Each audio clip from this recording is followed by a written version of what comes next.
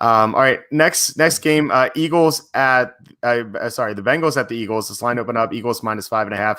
It went to 6, and now it's back down to 5.5. So not sure what that's about. So who do you like in this game? So I don't know. My first instinct was like, I should bet the Eagles here because they're going to be desperate.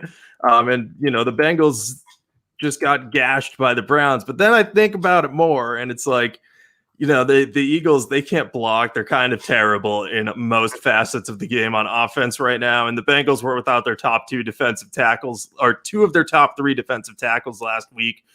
And the middle of the field is where Joe Burrow likes to throw. The Eagles don't really have anyone to stop like Tyler Boyd and Drew Sample, as weird as that sounds to say. It's a small sample size for Drew Sample. I'm sorry, I had to do that. See what you did there.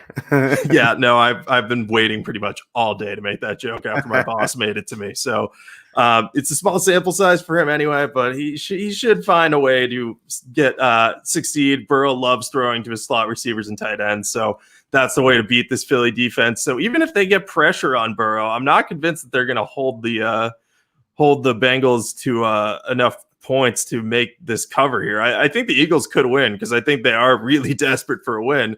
But at the same time, I wonder if they're just like they might just be not good. Like outside of their defensive line, I'm trying to think of what other position group they might have that's even above average. Like their offensive line, it was when they were all healthy, but they're not healthy. Running back is good with Miles Sanders and Boston Scott. Maybe you could argue that, but pretty much everywhere else, there's holes in their team. So I actually had written down that I was going to be on the Eagles for one unit, but I'm shifting this to the Bengals. I think backdoor Joe Burrow is going to make maybe another backdoor cover if he doesn't beat the Eagles outright here. This line's just a little too high for me. I can't explain why, but it just doesn't feel right. Yeah, I took out my phone because I want to read a text from Kenny, our good friend Kenny, that I got. He texted me at 5:12. He says, "Have the Eagles earned the right to be a near touchdown favorite?" I said, "Nope," and then he said, "Ha." So I don't get this line. Why are the Eagles favored by 5.5? I don't understand it. My line for this game, and maybe some people will think I'm crazy, my line for this game is Eagles -1.5. So I want to explain that. I'm giving 2 points for the home team, which I think is correct. Not sure. I think the Eagles and the Bengals are about the same. And the half point goes to the Bengals because they have extra time to prepare. So that's where I get -1.5 from. Some of the other metrics disagree with me, but I think the Eagles are terrible. Like you said, outside of their defensive line, which isn't as good as it should be. Like Fletcher Cox is amazing, but the rest of the defensive line isn't really producing as it should. And then obviously you have the running backs and the tight ends. Like those are great. But Carson Wentz not seeing the field well. The offensive line is not blocking well.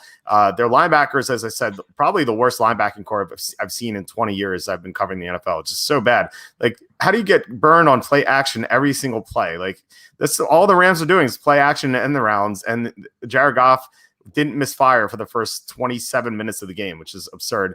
Darius Slay is a good corner, but outside of that, they don't really have much in the defensive backfield. So, I think the Eagles and the Bengals are the same. We're getting 5.5 points, and yeah, like we have backdoor Joe who can get the cover if we need it. I'm not even sure we need it. Like the Bengals might win outright, so I like the Bengals here. I'm going to bet them for.